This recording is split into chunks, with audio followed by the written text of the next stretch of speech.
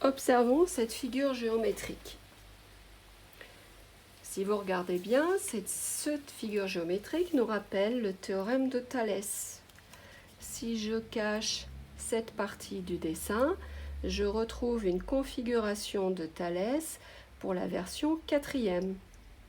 Et en revanche, si je cache cette partie du dessin, je me retrouve avec la configuration de Thalès, du théorème de Thalès pour les classes de 3e. Mais que nous demande-t-on de faire dans cet exercice? Eh bien, avant de vous le dévoiler, vous devez observer que dans cette figure géométrique, on vous a donné toutes sortes de longueurs. Par contre, nulle part c'est indiqué que des droites sont parallèles. Et c'est précisément ce que l'on vous demande de faire dans cet exercice, de montrer que des droites sont parallèles. Mais vous allez me dire, on ne sait pas faire. Alors c'est là que, en vous montrant ceci, ici vous allez reconnaître un triangle rectangle. Imaginez que je vous donne deux longueurs et que je vous demande de calculer la troisième longueur. Alors vous saurez pertinemment qu'il faut utiliser le théorème de Pythagore. Maintenant, si je vous donne un triangle, que je vous donne la longueur de ses trois côtés, je ne sais pas si ce triangle est rectangle. Pour le vérifier, vous utiliserez la réciproque de Pythagore. Eh bien ici, nous avons la même sorte de situation. Si vous avez une configuration de Thalès, qu'on vous donne quelques longueurs, qu'on vous dit que des droites sont parallèles et qu'on vous demande de calculer les longueurs manquantes, vous utiliserez le théorème de Thalès. En revanche, si on vous donne une configuration de Thalès, qu'on vous donne des longueurs, mais que vous ne savez pas que les droites sont parallèles, alors vous utiliserez la réciproque de Thalès pour le montrer. Concrètement, comment on s'y prend? Eh bien, si je dois démontrer dans cet exemple que les droites BD et CE sont parallèles, BD et CE sont parallèles, je ne me fie pas à ce que je vois, parce que rien ne m'assure que la figure soit réalisée aux bonnes dimensions. Par contre, il faut que je le montre, il faut que je le démontre. Je vais cacher cette partie de la figure et je vais rédiger les choses comme j'avais un peu appris à le faire avec le théorème de Thalès. Je vais donc dire, on sait que les points I, D, E et I, B, C sont alignés dans le même ordre. Là, c'est là que ça change par rapport à d'habitude. Je vais écrire « Calculons séparément ». Ce que je vais calculer séparément, ici, c'est ID sur IE. Je pourrais aussi calculer IB sur IC, mais je ne connais pas la longueur du segment IC. Donc je laisse tomber et je vais calculer BD sur CE parce que je connais BD, je connais CE. Donc ça va me donner ID sur IE, c'est égal à 5 cm divisé par 7. J'utilise la calculatrice, 5 divisé par 7. J'ai plein de chiffres à l'écran. Je vais arrondir au millième le résultat, 0,714. Je vais calculer séparément BD sur CE. BD, ça vaut 2 cm. CE, 2,8. Calculatrice, 2 divisé par 2,8.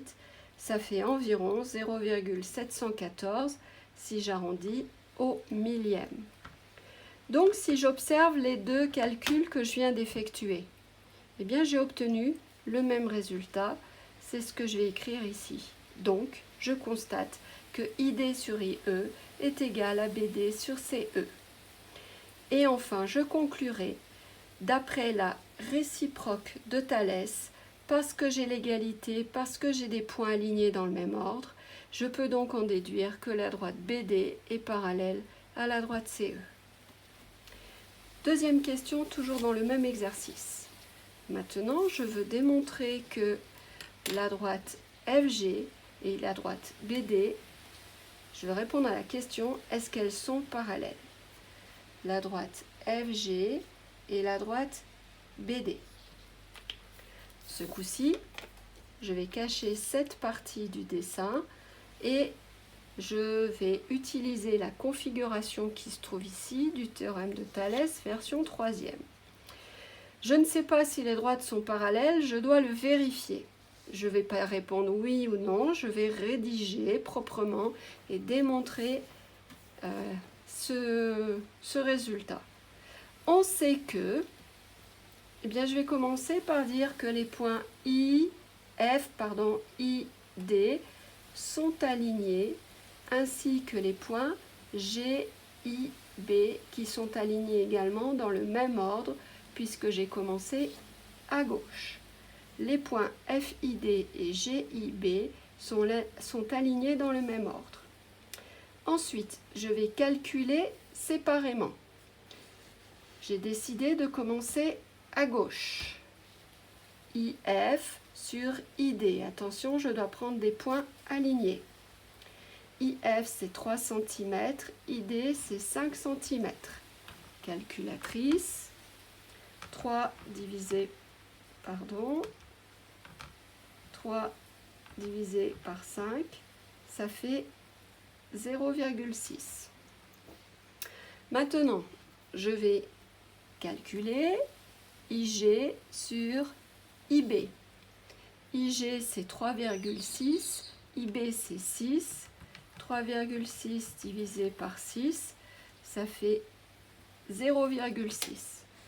Je prends un petit peu de recul, je viens d'effectuer un calcul, un deuxième, et là, je m'aperçois que j'ai exactement le même résultat. Donc, j'écris que IF sur ID est égal à IG sur IB. Et donc, d'après la réciproque de Thalès, j'ai des points alignés, j'ai une égalité entre deux rapports, et bien je peux en conclure que les droites FG et BD sont parallèles. Si jamais ici je trouve deux résultats différents, je mettrai n'est pas égal et je dirai que les droites ne sont pas parallèles. Maintenant, dernière question. On veut montrer que les droites CE et FG sont parallèles. Il ne suffit pas de dire « je le vois sur la figure ». Non, il faut le démontrer en rédigeant que on sait que dans la question 1, on a démontré que la droite BD est parallèle à la droite CE. Dans la question 2, on a démontré que la droite FG est parallèle à la droite BD. Or, si deux droites sont parallèles à une même troisième, alors elles seront parallèles entre elles. Donc je peux en déduire que la droite CE est parallèle à la droite FG.